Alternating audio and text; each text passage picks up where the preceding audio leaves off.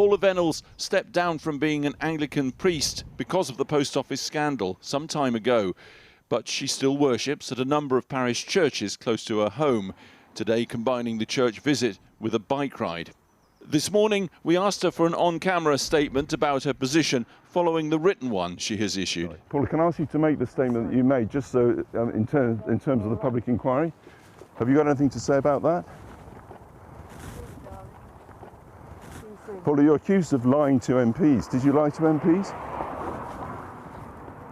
You're accused of being at the centre of a major cover-up in this whole issue. Would you accept that there's been a cover-up? There's a lot of evidence that there's been a cover-up. Have you anything to say? And that, as they say, was that.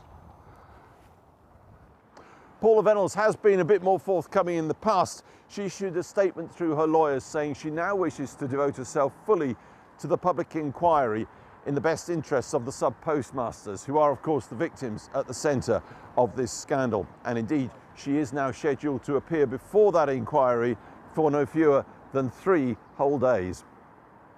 This comes after Channel 4 News' first broadcast, covert recordings.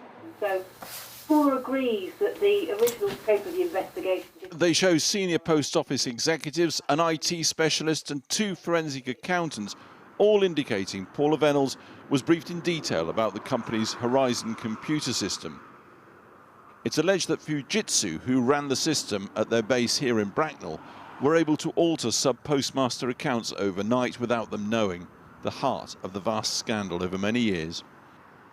Lee Castleton, who lost his livelihood and lived in his car for several years after being wrongly prosecuted. Michael Rudkin's wife became suicidal under the strain of false prosecution. Today we caught up with both to ask what they make of this encounter with Paula Vennells. The most important thing for me has always been that she's allowed to be honest and open. I don't want to make Paula Vennells a scapegoat in anything, but I'd like the truth to come out. I'd like her to feel as though she can be open and honest. And I'd like her to just talk, you know. We're all grown-ups, we all understand. Whatever happened, happened. And we just need to get to the bottom of it and understand it, so it never happens again. One of the things that Paula, I think, will really experience in the forthcoming months, by being doorstepped on perhaps numerous occasions from now and in the future, that she will perhaps have a better understanding about the postmasters both that have been fallen as victims to this atrocious behaviour of the post office. For Lee Castleton, the coming public inquiry is a real opportunity. The inquiry is looking for the truth. It's a huge opportunity to stand up and really be counted. And let's hope that she can do that. Let's hope that other people too, other members of the sort of exec can do that. And we really do get a full, honest picture of what was going on. I think we deserve that as victims, you know.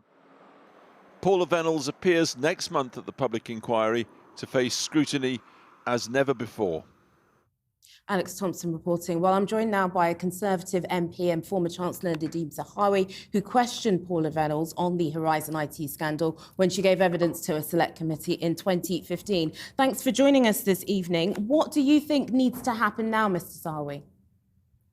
My pleasure. I think, look, Paula Vennells held great power, and with that comes enormous responsibility. She could alter people's lives. Innocent people, hard-working postmasters, and she chose a path to harm a lot of people.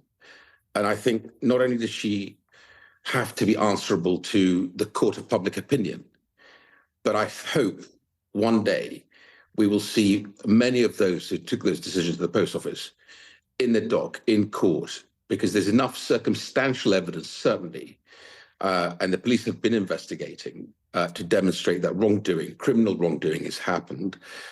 I think there is a real case to answer for corporate manslaughter. People have lost their lives, not just their livelihoods.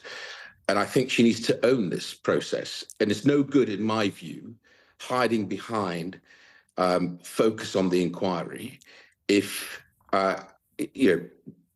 she's brave enough not to in any way Well, now just try to and make push sure this that, out. just to get in, Paula Vennells has said that she doesn't intend to make any further public statements until the conclusion of the inquiry.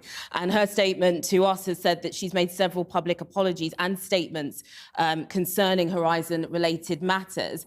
But just on that basis of why you think corporate manslaughter applies, that's a really high bar. Why do you think it does apply in this case? Well, I think there's enough circumstantial evidence to suggest that the leadership of the Post Office knew about the Fujitsu group in the basement of that building, who were able to directly access the computers in those postmasters' premises and alter them. Now, whilst knowing that, to continue to prosecute people, to continue to bear witness to people attempting suicide, committing suicide, in my view, circumstantial evidence for corporate manslaughter. And I think the leadership of the Post Office needs to be answerable in the court of law. I would go further. There is a and say to police you that investigation into that at the moment as we speak, and she is going to make these statements to the public inquiry, and she said that that is going to be the place where she puts all that information. And as I said, she has apologised for these statements relating to Horizon-related matters. Just on the sub-postmasters, because they are at the heart of this, some of them haven't received compensation. What should happen in that regard to them? Because they are at the heart of this and they have been the ones that have suffered through all of this. Absolutely right. And I pushed for, in Parliament, pushed my own government to bring forward legislation to quash all those convictions, which the government is doing.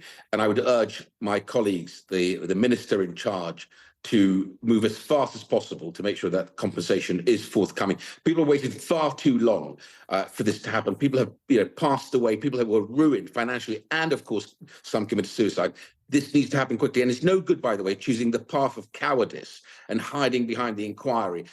When someone had that level of power, they need to now come forward and be honest and say what happened and own this mistake.